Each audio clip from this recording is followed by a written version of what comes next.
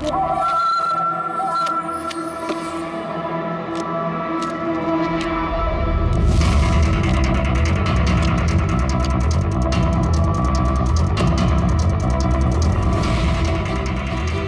রইল আমার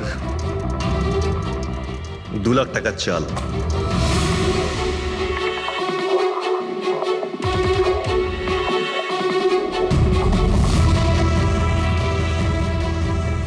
আমার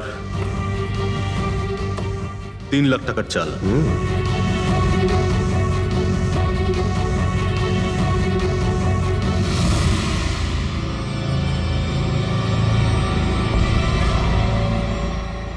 শো, মনে হচ্ছে আজকে আমার দিনটা খুব ভালো। আমাকে হারানো আজ তোমাদের পক্ষে সম্ভবই নয়। সম্ভব না, তাই না? হ্যাঁ, দাঁড়া দেখাচ্ছি।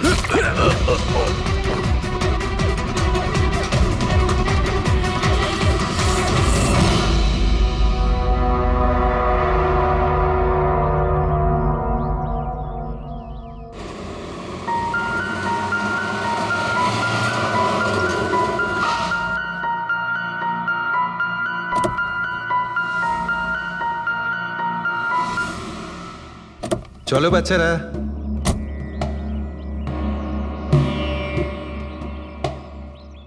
ভীষণ ক্লান্ত লাগছে, এত লম্বা ড্রাইভ। হেমন্ত, তুমি তো জানো আমরা ভ্যাকেশনে এসেছি, তাহলে কিছুদিন তুমি বিশ্রাম করে নিও। ওকে ওকে বাবা, ঠিক আছে, দরজা তো খোলো, আমি লাগেজগুলো নিয়ে আসছি। হ্যাঁ। এসো।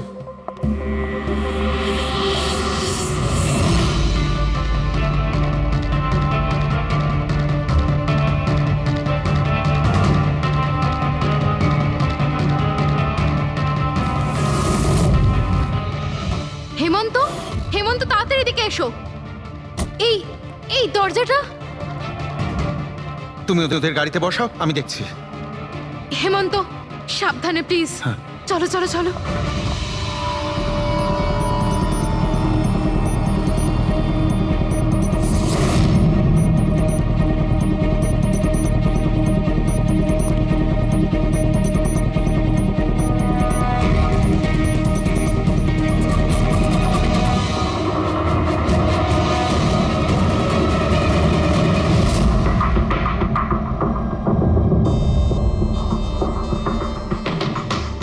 তিন চারবার আঘাত করেছে ছুরি দিয়ে।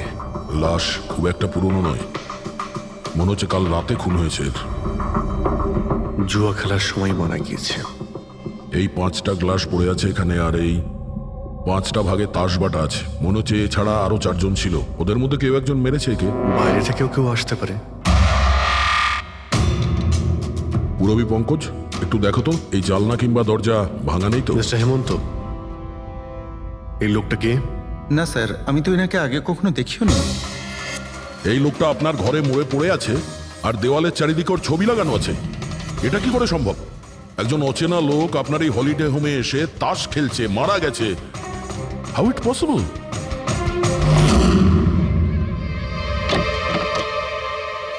আচ্ছা, এখানে কোনো গার্ড নেই? ছিল স্যার, বহু বছর একজন গার্ড ছিল, কিন্তু ওই মাস চারেক আগে তার মৃত্যু হয়, ব্যাস তারপর থেকে আর কেউ নেই। আমি ভেবেছিলাম যে এবার একজন নতুন গার্ড রাখবো। আমায় বিশ্বাস করুন, আমি একদম সত্যি বলছি, আমি এই ভদ্রলোককে চিনিও না। উনি এখানে কি করছিলেন, ওনার ছবি এখানে কেন টাঙানো, আমি কিচ্ছু বুঝতে পারছি না।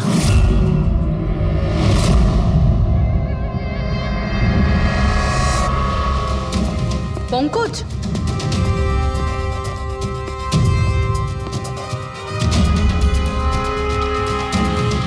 স্যার স্যার, জোর করে তো কেউ ভেতরে ঢোকেনি। হ্যাঁ, পিছনের দরজায় তালা নেই কোনো, আর তার ছিটকানিটা বাইরে থেকে খোলা যায়। ওখান থেকে এসছে ওরা। আর স্যার, এই লিভিং রুমের যে জানলাটা আছে, এর বাইরে একটা কাটার ঝোপ আছে। ঝোপের মধ্যে এইটা পেলাম স্যার, কাপড়ের টুকরো। মনে হচ্ছে কেউ এর উপরে নজর রাখছিল ওখান থেকে, আর তাড়াহুড়ো করে দৌড়তে গিয়ে তখন এই কাপড়ের টুকরোটা ওইখানে আটকে যায়। মৃত ব্যক্তি ছাড়া এখানে আরো 4 জন ছিল, আর একজন লোক বাইরে, সব মিলিয়ে 5 জন। তাহলে এই ক্রাইমের অন্তত 5 জন সাক্ষী আছে। যদি ওই 5 জনের মধ্যে একজনকেও ধরতে পারা যায়, তাহলে জানা যাবে কাল রাতে এখানে কি হয়েছিল।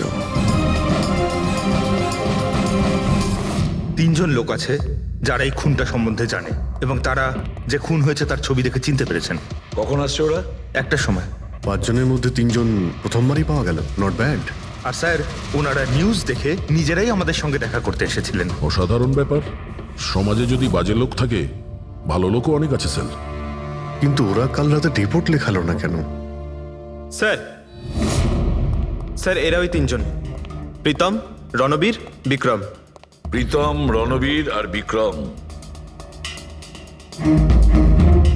তোমরা সবাই জানো ওই খুনটার ব্যাপারে? স্যার। তিনজনের আলাদা করে স্টেটমেন্ট নাও। স্যার, যখন সিডের খুন হয়েছিল তখন আমি ওখানেই ছিলাম। সিড, ওর নাম সিড ছিল? হ্যাঁ স্যার। স্যার, আমি ওদের চিনতামও না। কালকে প্রথমবার ওদের সাথে দেখা হয়েছে, আর কালকেই খুন হয়ে গেল। এক মিনিট। সব কিছু ঠিক মতন বলবে। স্যার, আসলে ওই যে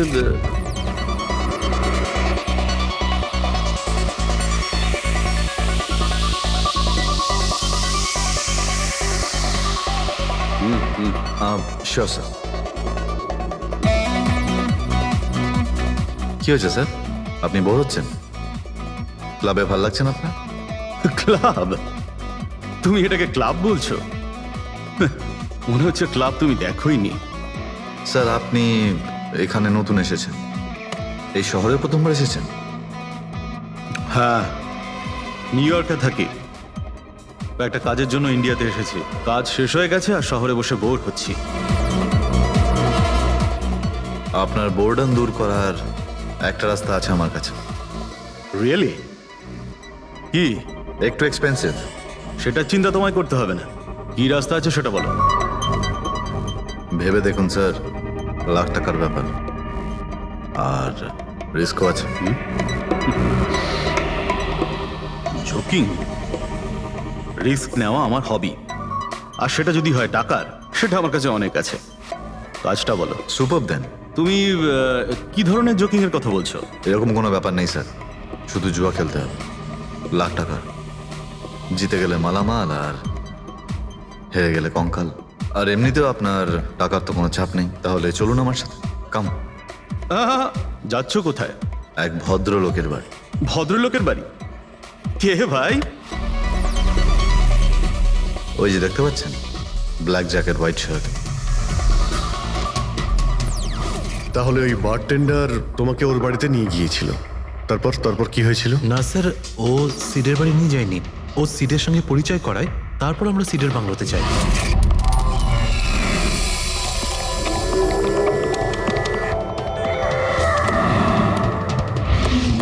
আর যখন আমরা ওখানে পৌঁছলাম তখন আগে থেকেই দুজন ওখানে ছিল।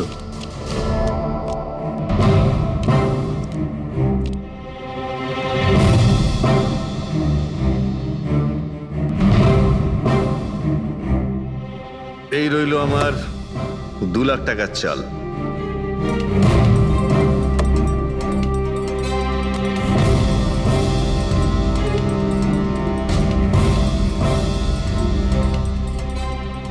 শো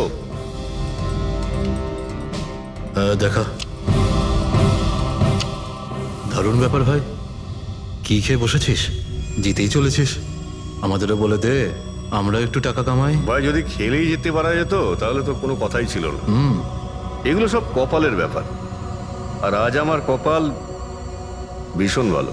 সেটাই মনে হচ্ছে। তাহলে আরেকটা ডিল হয়ে যাক। হয়ে যাক। এটা কি করে হতে পারে? বললাম না আমার কপাল খুব ভালো। তোর লাক আজকে ভালো না অন্য কিছু? মানে এটাই যে তুই তাসের মধ্যে সেটিং করে রেখেছিস। এ নিশ্চয়ই তাসের মধ্যে কিছু গোলমাল করে রেখেছে। ভাই, এর বাড়ি হয়তো কোনো ক্যামেরাও লাগিয়ে রেখেছে, নাকি তাসে গন্ডগোল করে রেখেছে। ভেবে দেখার ব্যাপার। তোর মনে হচ্ছে আমি চিটিং করছি? অফকোর্স, নাহলে আমাদের মধ্যে কারো হাতে ভালো তাস এলো না কেন? ওর এলো না, আমার এলো না কেন? তুই চিটিং করছিস, চিটার। এই, তুই আমাকে চিটার বলছিস? হ্যাঁ, তোকে চিটার বলছি। ও, হার মেনে নিতে পারছিস না তুই, তাই তো? খোকা, এটা বড়দের গেম, বাচ্চাদের নয়। যদি এখানে জিততে হয় না, তবে কার্ডে জিততে হয়। তাহলে বেরিয়ে যায় এখান থেকে। মুখ সামলে কথা বল। কি করছিস? বুঝলি? কি করছিস কি ভাই? আরে ওকে তাড়া কেউ এখান থেকে। তার মানে হরিশ ওখান থেকে চুপ করে বেরিয়ে গেল। হ্যাঁ স্যার, প্রথমে আমারও মনে হচ্ছিল যে ও চলে গেছে, কিন্তু ও কিচেনে গেছিল। কিচেনে? হ্যাঁ স্যার, কিচেনে। যখন ও কিচেন থেকে বেরোলো তখন ওর হাতে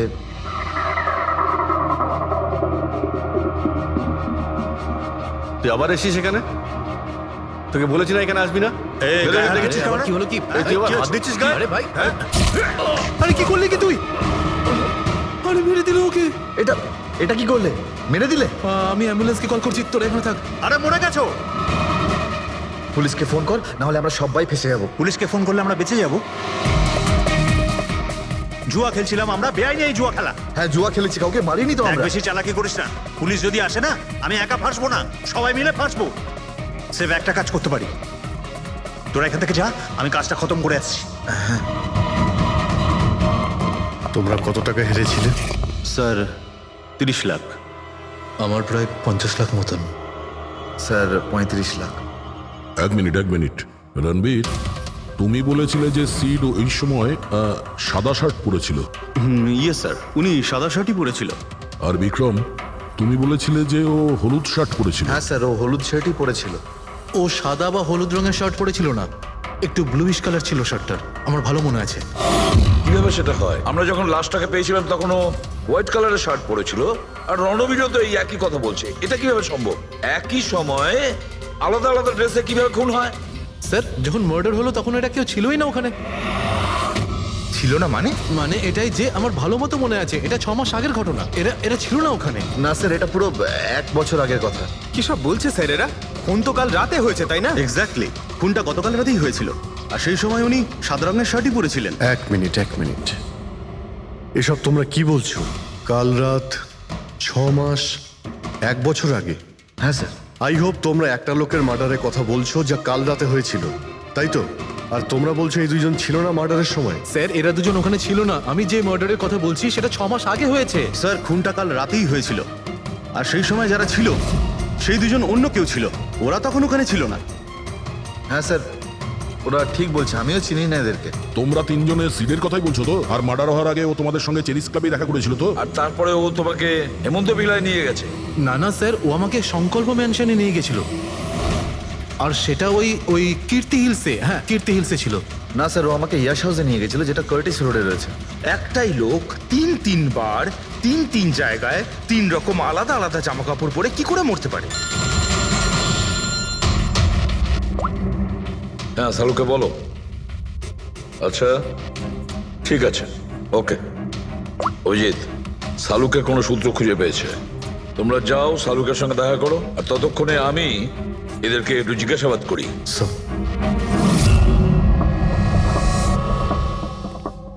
হ্যাঁ, এসো ভাই, এসো। দেখো আমি কি পেয়েছি। আরেকটা কথা বলতে হবে, এই কেসটা বড় অদ্ভুত। হ্যাঁ ডক্টর সালুকে, কেসটা তো খুবই অদ্ভুত, আর যেগুলো আমরা জানতে পেরেছি ওগুলো। আরে না ভাই, ওইটাও তো অদ্ভুত নয়, আমি যেটা তোমাদের বলতে যাচ্ছি সেটা অদ্ভুত। হ্যাঁ, কি হলো? তুমি এদিক ওদিক কি দেখছো? কিছু না। ঠিক তো? না, আমি আপনার কথাই শুনছি। কি বলছেন স্যার? ও আচ্ছা। হ্যাঁ, তো আমি কি বলছি? ও হ্যাঁ, অদ্ভুত। দেখো, আমি এর রক্তের সঙ্গে সঙ্গে রক্তের মতো আর একটা জিনিস পেয়েছি। রক্তের মতো? স্যার আপনার সন্দেহ একদম ঠিক ছিল, এটা ডাই ছিল। আরে সারিকা, তুমি এসে গেছো? মানে আমি বলতে চাইছি, কি বলছো তুমি? লাল ডাই? কি করে? আরে বাহ, কনসেন্ট্রেশন ফিরে পেয়েছো তুমি? আরে আমার কনসেন্ট্রেশন কোথায় গিয়েছিল? তোমরা সব সময় না আমার পিছনেই পড়ে থাকো। ও আচ্ছা। আমি সিডের বডি থেকে এই প্লাস্টিক ব্যাগটা পেয়েছি। এই ব্যাগ ওর শার্টের ঠিক নিচে ওর বডির সাথে টেপ দিয়ে আটকানো ছিল, আর এই ব্যাগটাতেই একদম রক্তের মতো ডাই রাখা হয়েছিল। এটা তো ঠিক ওই রকমই যেটা ফিল্মের শুটিং এ ইউজ করা হয়। বা হয়তো নাটকে। নাটক? হ্যাঁ, নাটকে। যতদূর আমরা জানতে পেরেছি তাতে এটা পরিষ্কার যে সিড একজন ঠক ছিল। সিডা তার সঙ্গীরা মিলে জুয়া আর মার্ডারের নাটক করে লোকেদের ঠকাতো। তার মানে এসবের মধ্যে ওই বারটেন্ডারও যুক্ত ছিল। ও জেনে বুঝে বড় লোকদের ফাঁসিয়ে এখানে এই কার্ড পাঠিতে পাঠাতো, আর তারপরে এই মার্ডারের নাটক। তো এই জন্য রণবীর, বিক্রম আর প্রীতম আলাদা আলাদা জায়গায় আলাদা আলাদা সময় এর মার্ডার দেখেছে। আর ওরা এসব অনেক আগে থেকেই করছে, কিন্তু কাল রাত ওদের নাটক বাস্তবে পরিণত হয়। প্রতিবারই একটা নতুন বাংলো, নতুন লোক ঠকানোর জন্য। আর বাকি সব সেম, একই খেলা, একই ঝগড়া, আর সেই একই সিটের মার্ডারের নাটক। লোকেদের কাছ থেকে টাকা নিয়ে পুলিশ কেসের নামে লোকেদের ভয় দেখিয়ে বের করে দেওয়া, সব কিছু সেম টু সেম। প্ল্যান তো খুব ভালো ছিল, কিন্তু কালকে হঠাৎ মার্ডার কি করে হয়ে গেল? কারণ কালকে রাতে একটা গন্ডগোল হয়েছে। মানে 1 মিনিট।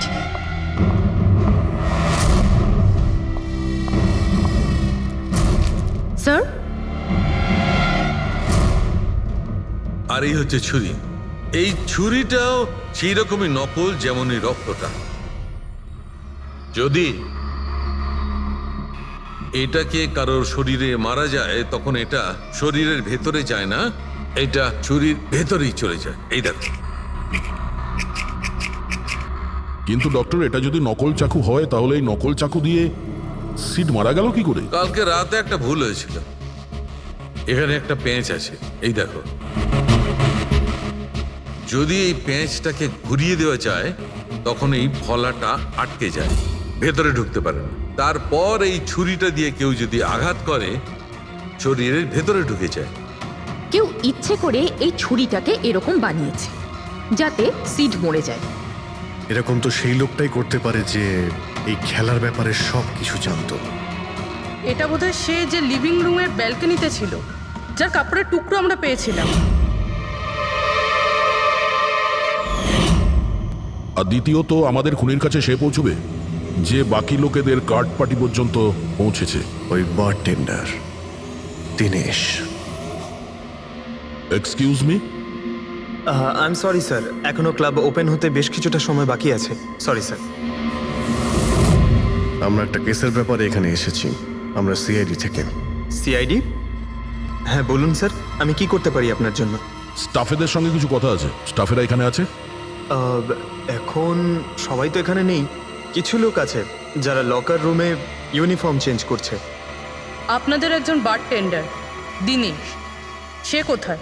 ম্যাম, কাল থেকে ও কাজে আসেনি, জানি না না বলে কোথায় গেছে।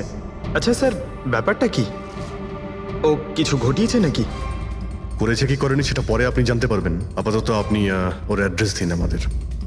স্যার, ও এখানে যে অ্যাড্রেস দিয়েছিল সেটা ভুল অ্যাড্রেস। অ্যাকচুয়ালি ও যখন উধাও হয়ে গিয়েছিল এখানে অ্যাড্রেস বুক থেকে ওর সব ডিটেলস বার করেছিলাম আমি, কিন্তু তারপর দেখলাম যে অ্যাড্রেসটা ভুল। আপনি চাইলে আমি আপনাকে অ্যাড্রেসটা দিতে পারি, কিন্তু আমার মনে হয় না আপনি ওকে ওখানে খুঁজে পাবেন। আপনি যখন কাউকে কাজে রাখেন তখন তাদের ডিটেলস নিয়ে রাখেন না? আপনি কি জানেন আপনার এই বারকে সামনে রেখে ও লোককে ঠকাতো? হোয়াট? আর আমরা এখন ওকে একটা খুনের ব্যাপারে খুঁজছি। Murder? I am sorry ma'am, আমি সত্যি জানতাম না। সেই জন্যই আগে থেকে ভালো করে খোঁজ নিতে হয়। রুলসগুলো আপনার ভালো করে ফলো করা উচিত ছিল। আগে থেকে এগুলো করলে আজকে এরকম প্রবলেম হতো না। I am sorry sir. আচ্ছা, এই দিনের সম্পর্কে আর কি বলতে পারো? কিছু জানো ওর সম্পর্কে? না স্যার, তেমন বিশেষ কিছু নয়, কারণ ও খুব কম কথা বলতো, বেশিরভাগ চুপ করেই থাকতো। সেই জন্য ওর বন্ধু কম ছিল, শুধু এক মেয়ে ছাড়া, মানসী। ও এখানে ওয়েট্রেসের কাজ করে। ওদের মধ্যে ভালো ভাব ছিল, যদিও ওরা দুজনে কোনোদিন এটা প্রকাশ করেনি, কিন্তু আমার মনে হয় যে ওদের মধ্যে প্রেমের সম্পর্ক ছিল। তো আপনি মানসীকে জিজ্ঞেস করেননি কি ছিল ওদের মধ্যে? জিজ্ঞেস করেছিলাম ওকে, কিন্তু ও নিজেও জানে না। কোনো ব্যাপার না, মানুষকে একবার ডাকুন তো। ঠিক আছে স্যার। স্যার, মানসী। মানসী, দিনেশ তোমার বন্ধু ছিল? ছিল মানে? ও ঠিক আছে তো? দেখো, একটা খুন হয়েছে, আমরা সন্দেহ করছি দিনেশ ওটাতে ইনভলভ আছে। আমরা ওকে খুঁজছি। তুমি জানো কোথায় আছে ও? আমি নিজেই অনেক টেনশনে আছি, ওর ফোনও লাগছে না। আর ও এখানে যে অ্যাড্রেসটা দিয়েছিল সেটাও নকল। আর আপনারা বলছেন যে ও কোনো মার্ডারের সাথে যুক্ত? আচ্ছা, আপনি তো ওকে খুব ভালো করেই জানতেন না? হ্যাঁ স্যার, আমরা একে অপরকে ভালোবাসতাম আর আমরা বিয়েও করতে চলেছিলাম। সেই জন্য ও কিছু টাকা জোগাড় করতে চাইছিল। আচ্ছা, ও এই টাকাটা ক্লাবের চাকরি থেকে জমাচ্ছিল নাকি অন্য কোনো সাইড বিজনেস ছিল ওর? চাকরি ছাড়া ও শেয়ার বিজনেসে ওর টাকা লাগিয়েছিল। আর আমাকে বলতো যে ও অনেক টাকা রোজগার করছে, আমাকে দামি দামি গিফট দিত আর দামি দামি রেস্টুরেন্টও নিয়ে যেত। তো ও তোমায় ওর ঠকানোর বিজনেসের ব্যাপারে কিছুই বলেনি? ওর কোনো ছবি আছে তোমার কাছে? হ্যাঁ আছে।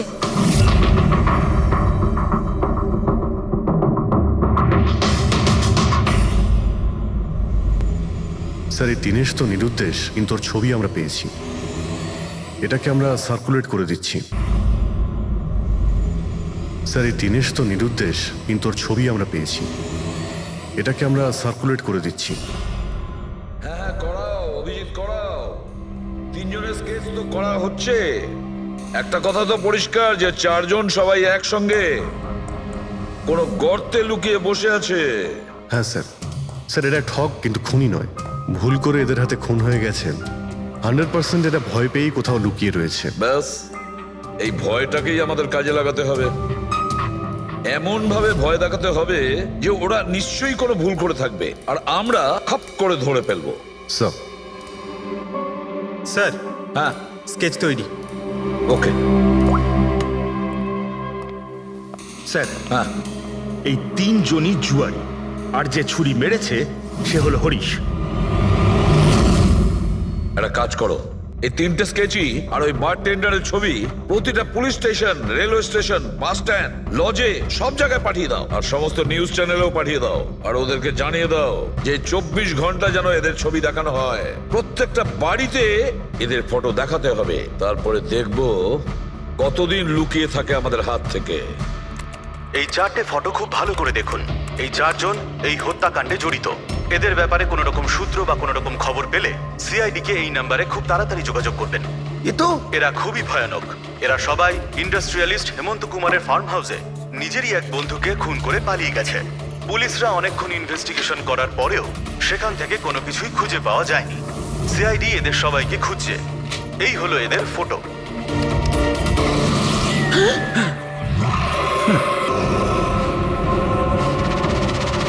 ভাই শোন না, ম্যাচটা চালু কর না, ম্যাচ হচ্ছে। এরা সবাই ইন্ডাস্ট্রিয়ালিস্ট হেমন্ত কুমারের ফার্ম হাউসে নিজেরই এক বন্ধুকে খুন করে পালিয়ে গেছে। সিআইডি এদের সবাইকে খুঁজছে।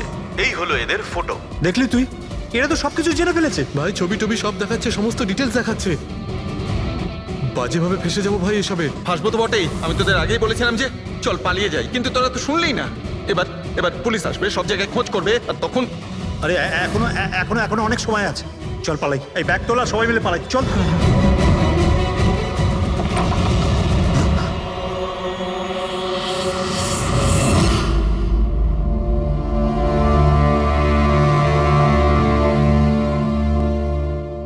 স্যার, সিট তো আমার খুব ভালো বন্ধু ছিল, আমার পার্টনার ছিল, সবকিছু ঠিকঠাক চলছিল। এতদিন ধরে কোনো গোলমাল হয়নি। ওই রাতে কি যে হলো, আমি তো অন্যান্য বারের মতোই নকল ছুড়েই মেরেছিলাম, কিন্তু মানে মানে জানি না কিভাবে মরলো, আমি জানি না। এও জানে না। ওসব নাটক বন্ধ করো আর সত্যি করে বলো। বলো স্যার, আমরা ধনী আর এনআরআই লোকদের বোকা বানিয়ে ঠকাতাম, আর দিনেশ ওই জেডিস ক্লাব থেকে এই ধরনের বোকাদের সিডের কাছে আনতো। তারপর আমরা সেই বড় লোক এনআরআই লোকগুলোকে কোনো খালি নির্জন বাংলোয় নিয়ে যেতাম, যেটা আমরা প্রথম থেকেই সিডের বাংলোর মতো সাজিয়ে রাখতাম। হ্যাঁ স্যার, আমার একটা বিজনেসও আছে স্যার, রিয়েল এস্টেটের বিজনেস। তাই স্যার এই কাজের জন্য এরকমই খালি শুনশান বাংলোর খোঁজ করতাম আমি স্যার, আর তারপর অ্যাভেলেবেল করাতাম এই কাজের জন্য স্যার। স্যার প্রথমে আমরা মুরগিকে জিততে দিই, আর তারপর যখন সে ভরসা পেয়ে যায় তখন সিট জেতা শুরু করে দেয়। এই সব কিছুর প্ল্যান থাকতো স্যার, সিট জিততেই থাকতো, আর ওরা আমার মধ্যে ঝগড়া শুরু হতো, আর আমি রেগে গিয়ে ওকে খুন করে দিতাম, মানে মিথ্যে করেই। এসব দেখে ধনী এনআরআই লোক ঘাবড়ে যেত আর ওদের টাকা পয়সা ফেলে পালিয়ে যেত। উঠে পর, নাটক শেষ, চলে গেছে ও।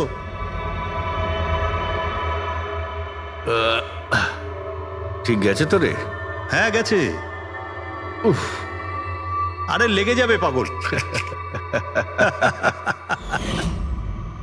তারপর আমরা ওই টাকাগুলো নিজেদের মধ্যে ভাগ করে নিতাম।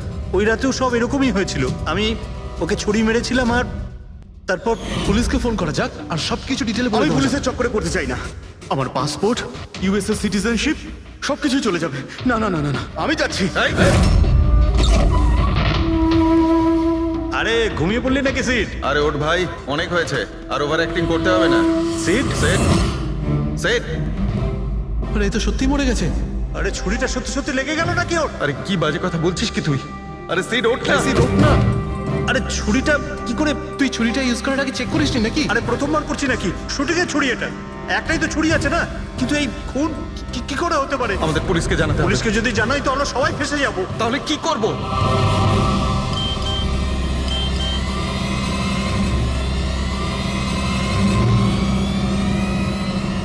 তোর খেলাটা ভেস্তে গেছে ভাই। কি? এই এই এটা দেখ, এই দেখ ফটো আছে।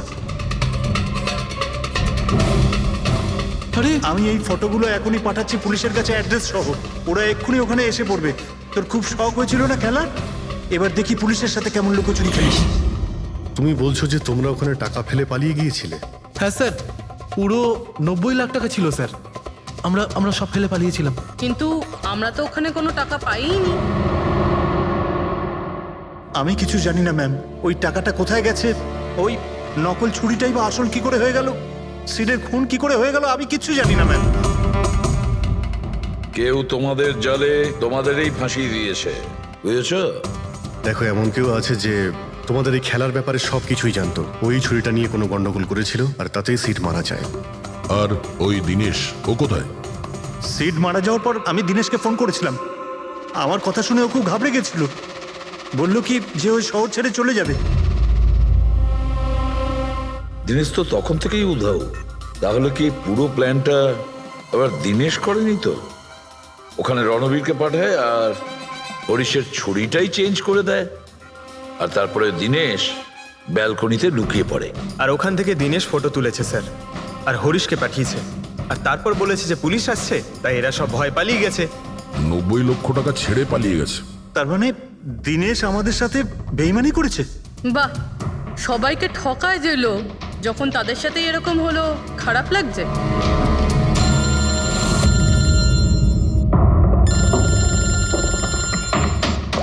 হ্যাঁ বলো সালুকে। ফ্যান্টাস্টিক, ঠিক আছে।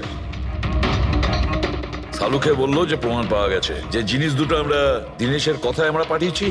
ওর ইউনিফর্ম আর জিমব্যাগ। হ্যাঁ দা, যে কাপড়ের টুকরো আমরা ব্যালকনি থেকে পাই, ওই টুকরোর সঙ্গে এই দিনেশের ইউনিফর্মের কাপড় ম্যাচ করছে। স্যার, তার মানে খুনি দিনেশ?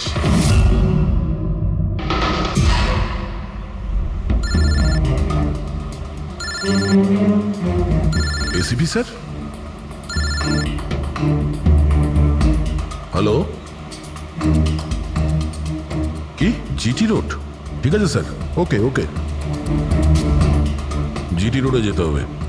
দিনেশকে জিটি রোডের বাজারে দেখা গেছে।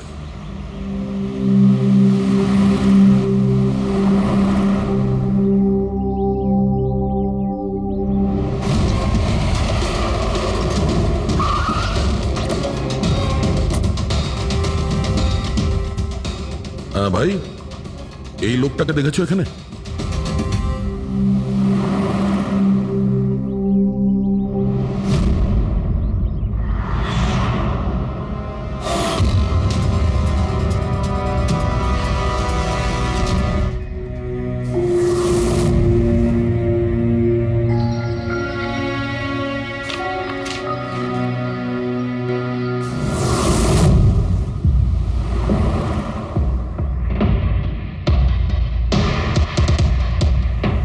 আচ্ছা এই যে দাদা, একে দেখেছেন? হ্যাঁ দেখেছি তো।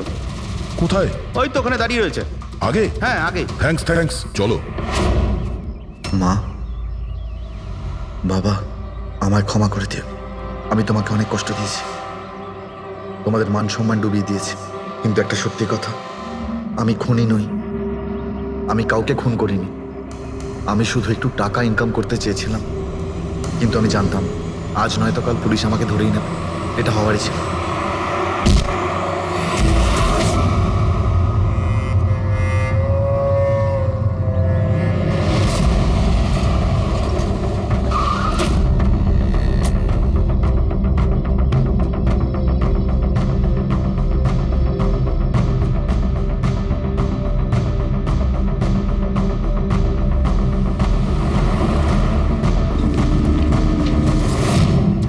ক্ষমা করে দাও। এই বদনাম নিয়ে বেঁচে থাকার থেকে মরে যাওয়া ভালো। স্যার আমরা সিসিটিভি ফুটেজ চেক করে দেখেছি, ওকে দেখে ওখানে ডিপ্রেসড মনে হচ্ছিল। স্যার মনে তো হচ্ছে না কেউ ওকে ফোর্স করেছিল, ও নিজের ইচ্ছেতেই মারা গিয়েছে। সুইসাইড নোট পড়ে তো মনে হচ্ছে স্যার ও এই কাজের ব্যাপারে খুব লজ্জিত ছিল। ও এ ব্যাপারে জড়িত তো ছিল, কিন্তু সিটকেও মারেনি। স্যার দিনেশ নয় তো আর কে হতে পারে? এদের এইসব খেলার ব্যাপারে আর তো কেউ জানতোই না। এরকম ব্যাপার নয় তো যে এরা যাদেরকে ঠকিয়েছিল ওদের মধ্যে কেউ এদের থেকে প্রতিশোধ নিচ্ছে? হতে পারে।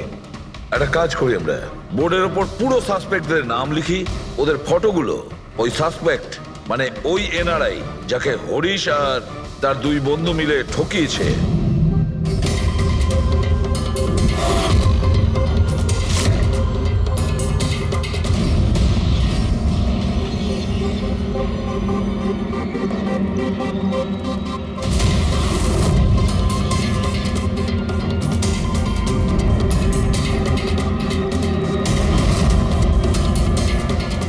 স্যার এই হলো সেই সমস্ত লোকগুলো যারা এই কেসের সঙ্গে জড়িত। অভিজিৎ, খোঁজ নিতে হবে খুনের সময় এরা কোথায় ছিল। পুরো ইনফরমেশনটা আমরা এয়ারপোর্ট ইমিগ্রেশন থেকে পেয়ে যাব। স্যার এই ফটোগ্রাফে যে 8জন লোক আছে সেই সময় তারা ইন্ডিয়াতে ছিলই না। ইনফ্যাক্ট বেশিরভাগ লোকই এই ঘটনার পরে ইন্ডিয়াতে ফেরেইনি। শুধু এই 4 জন ছাড়া এই 3 জন সাক্ষী, বিক্রম, রণবীর, প্রীতম আর মিস্টার রানা। স্যার এক্ষুনি আমি মিস্টার রানার বাড়িতে ফোন করেছিলাম, ওনার ওয়াইফ ধরেছিলেন। বললেন যে 3 বছর আগে উনি মারা গেছেন, আর 3 বছর আগে এরা ওনাকে ঠকিয়েছিল। উনি এই গিল্ট ফেলেই ভুগতেন যে ওনার সামনে কেউ খুন হয়ে গেছিল আর উনি কিচ্ছু করতে পারেননি, যার জন্য উনি নেশার কবলে পড়েন। আর তাহলে বাকি থাকলো 3 জন সাসপেক্ট, প্রীতম, রণবীর আর বিক্রম। প্রীতম আর বিক্রম এরা তো দেশের মধ্যেই ছিল, কিন্তু এই শহরে ছিল না। এবার এই রণবীরই শুধু বাকি থাকলো। রণবীর তো নিজেই ওখানে ছিল, ওই ফটোতেও ছবি আছে। হ্যাঁ স্যার, ও একই সাথে ব্যালকনি আর হল তাতে থাকতে পারে না, এটা অন্য কেউই হবে। তাহলে কে হতে পারে এই খুনি? পঙ্কজ, মিস্টার রানা 3 বছর আগে মারা গেছেন, ওনার পুরো ডিটেলসটা আমার চাই। Sir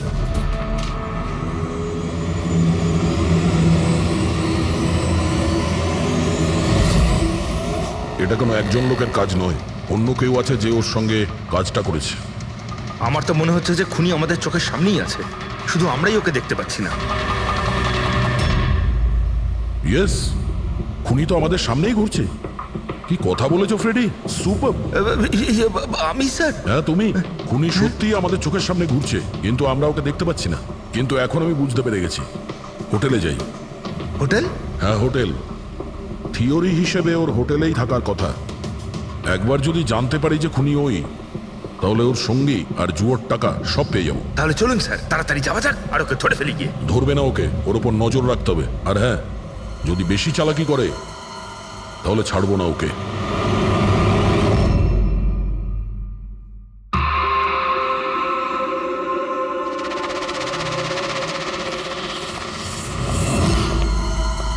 excuse me. হ্যাঁ স্যার। আমি আপনার ফোন থেকে একটা ফোন করতে চাই। করুন স্যার। ওয়েল, আমার একটু প্রাইভেট কথা ছিল আর কি। এছাড়া কি আপনার কাছে অন্য কোনো ফোন আছে? স্যার ওইটাই চলে যান, ওটা থেকে কথা বলে নিন। Thank you. Thank you.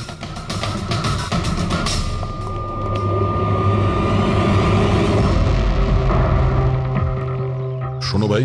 হ্যাঁ স্যার। আমরা সিআইডি থেকে আসছি, আমরা এই লোকটাকে ফলো করছি। এই লোকটা যে কথা বলছে ওটা আমাদের শুনতে হবে যে কি কথা বলছে। স্যার ওই ফোনটা এই ফোনটার সাথে কানেক্টেড।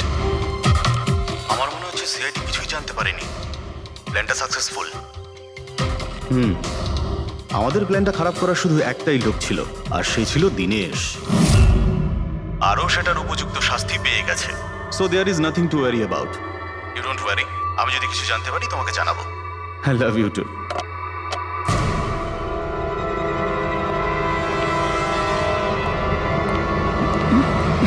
এই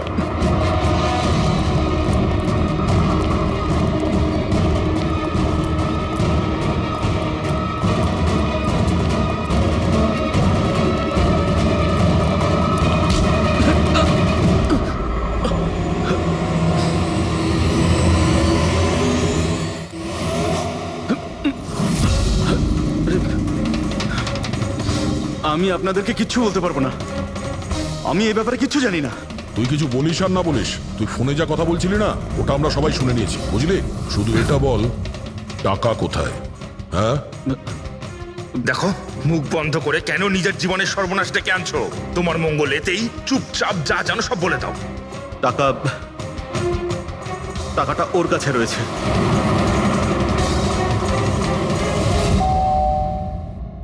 একটু দেখ তো মা, কে বেল বাজাচ্ছে? হ্যাঁ মা।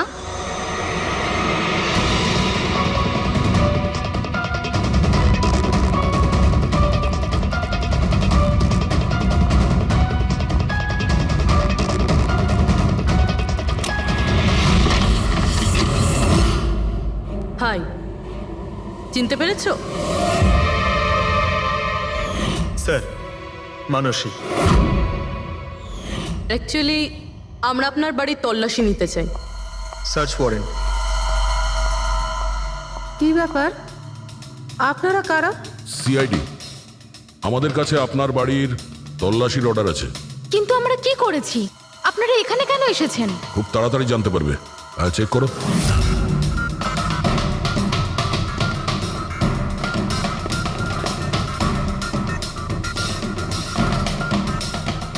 দয়া স্যার।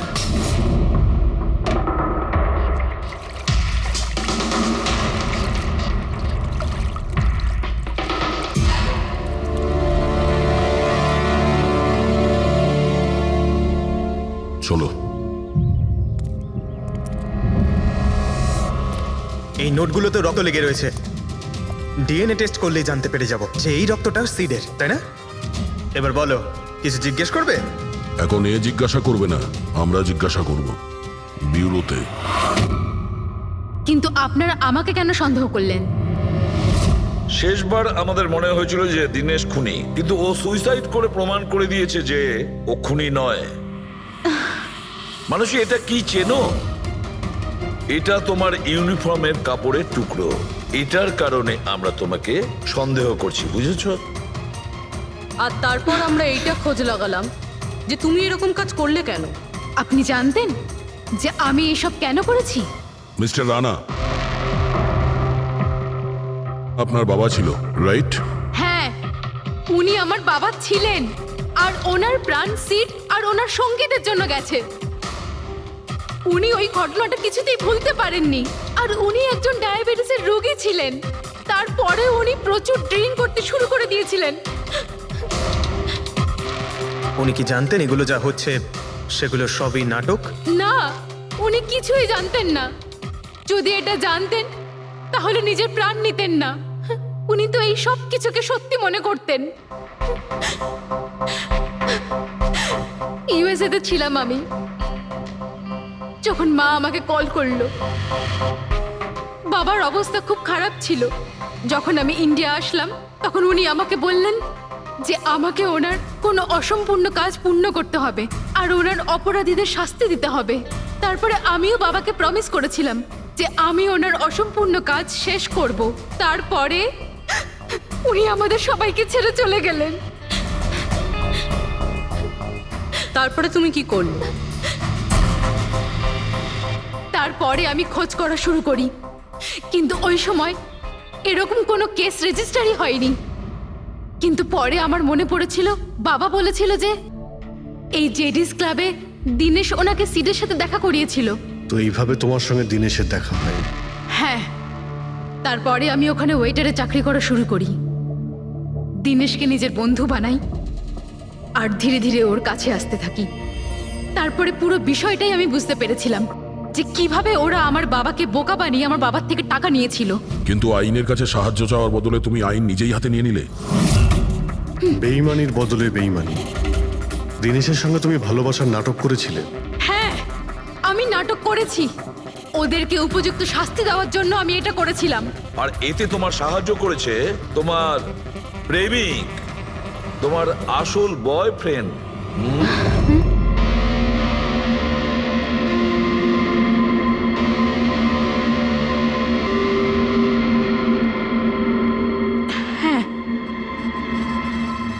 আমরা দুজনে মিলে প্ল্যান করেছিলাম। রণবীর ওই রাতে জেনে বুঝে বোকা হয়েছিল। আর ওই ছুরি ছুরিটাকে খারাপ করেছিল। যদি এই পেঁচটাকে ঘুরিয়ে দেওয়া যায় তখন এই ফলাটা আটকে যায়। ওই ছুরিটাকে আমি খারাপ করেছিলাম আর ব্যালকনি থেকে লুকিয়ে ফটো আমিই নিয়েছিলাম। তারপরে আমি ওই ফটো হরিশকে পাঠিয়েছিলাম আর ওদেরকে ওখান থেকে তাড়িয়ে দিলাম আর আমি টাকাগুলো নিয়ে ওখান থেকে বেরিয়ে পড়লাম। আমি আমার বাবাকে দেওয়া প্রমিস পূরণ করেছি। ওই টাকাটা আমার বাবার ছিল, আমি ওনার প্রতি ন্যায় করেছি। ভুল। ওই ন্যায় বিচার করা তোমার কাজ নয়, সেটা করবে আদালত। তুমি আইন নিজের হাতে নিয়েছিলে আর একটা খুব মস্ত বড় অপরাধ করেছো। আইন তোমাকে কঠোর থেকে কঠোরতম শাস্তি দেবে, তোমাদের দুজনকে কঠোর শাস্তি দেবে।